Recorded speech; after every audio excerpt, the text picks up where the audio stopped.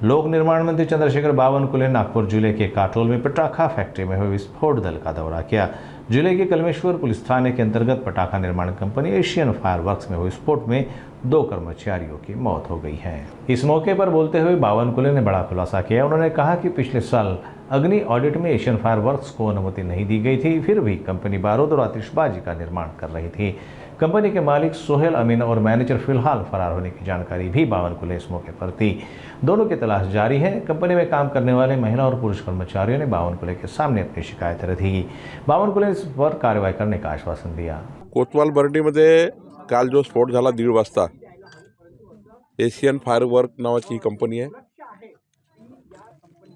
आणि या कंपनीमध्ये जो स्फोट झाला, मळावी आणि रजक हे 2 काम करणारे कामगार स्फोटात मृत्युमुखी पडले।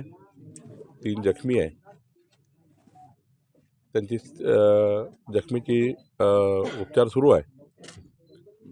पण या ठिकाणी महत्त्वाचं असं आहे की 1 जुलै 2024ला फायर सेफ्टी डिपार्टमेंट जे काही इंडस्ट्रियल डिपार्टमेंट सर्वांनी या कंपनीला क्लोजर नोटीस दिली होती, बंद करण्याची नोटीस दिली होती। नोटीस दिली असताना सुद्धा ही फायर इंडस्ट्री सुरू होती। खरं तर हा फार मोठा गुन्हा आहे आणि त्यामुळे कडक कारवाई पोलिसांनी केली आहे। कलेक्टरच्या इन्स्पेक्शन आणि इन्क्वायरी सुरू झाली आहे। मला वाटतं की याच्यामध्ये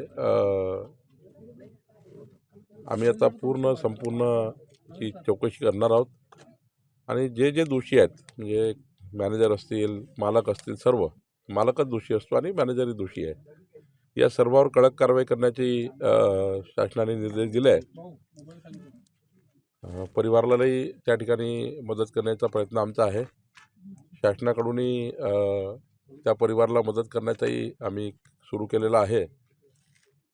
पण दोष पूर्ण इंडस्ट्री चालवणे आणि ही कंपनी चालवणे यामध्ये हा फार मोठा दोष आहे।